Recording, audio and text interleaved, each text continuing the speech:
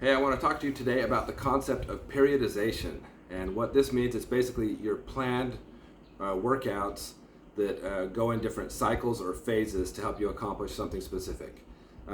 You'll see this a lot with professional athletes, especially like in the off season. You might have an athlete that's working on getting stronger, or maybe their speed work, things like that. When the season starts up again, they're going to work more on technique and the basics, and then hopefully they're at peak performance time during the finals or whatever it is whenever their event is. So in professional sports, it can be quite complicated. There's all kinds of different cycles of periodization. But for the average person, it's also a beneficial thing, and it can help us so we don't just get stuck in a rut, stagnant, doing the same exercise all the time.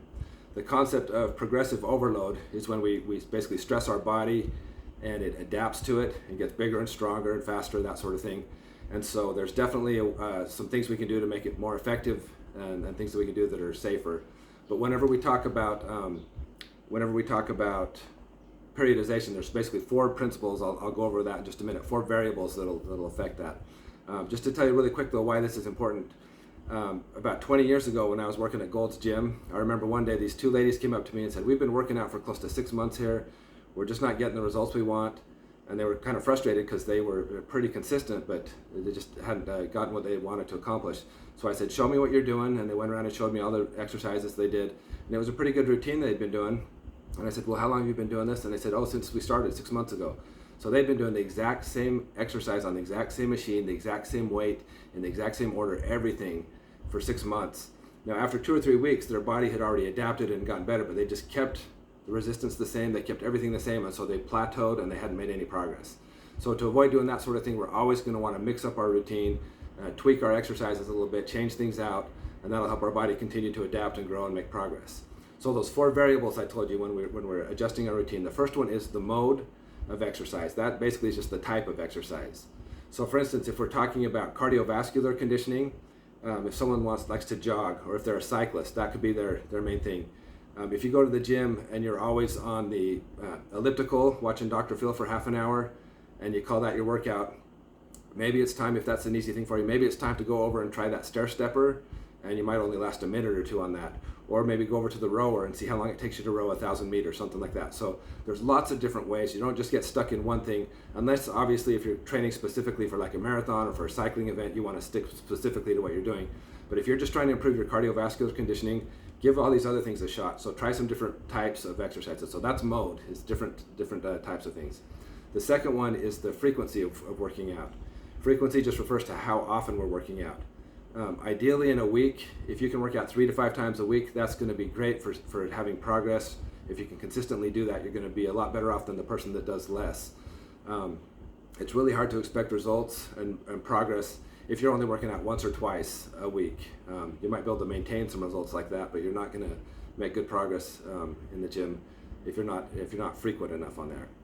Number 3 is the duration. So with duration, that just refers to how long we're working out.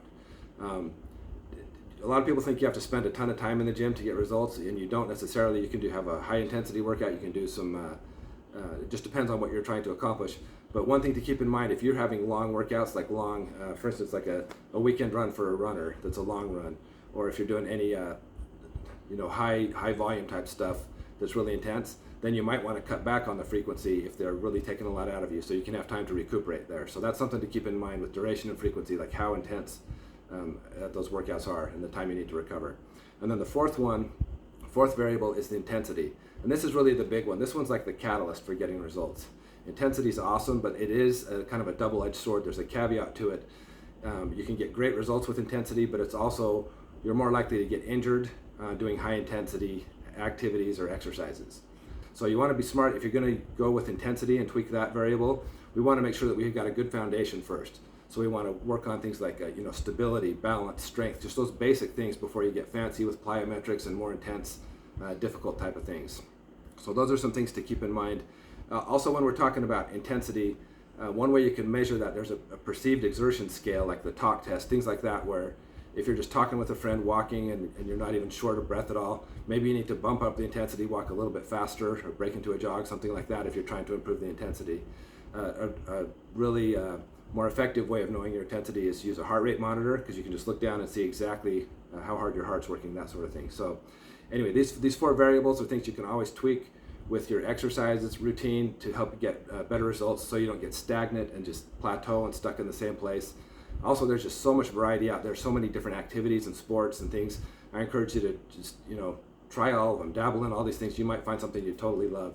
But it is important to periodize your workouts. Don't get stuck doing the same thing too frequently, too long. It's a great idea to mix things up and help your body continue to make some good progress that way.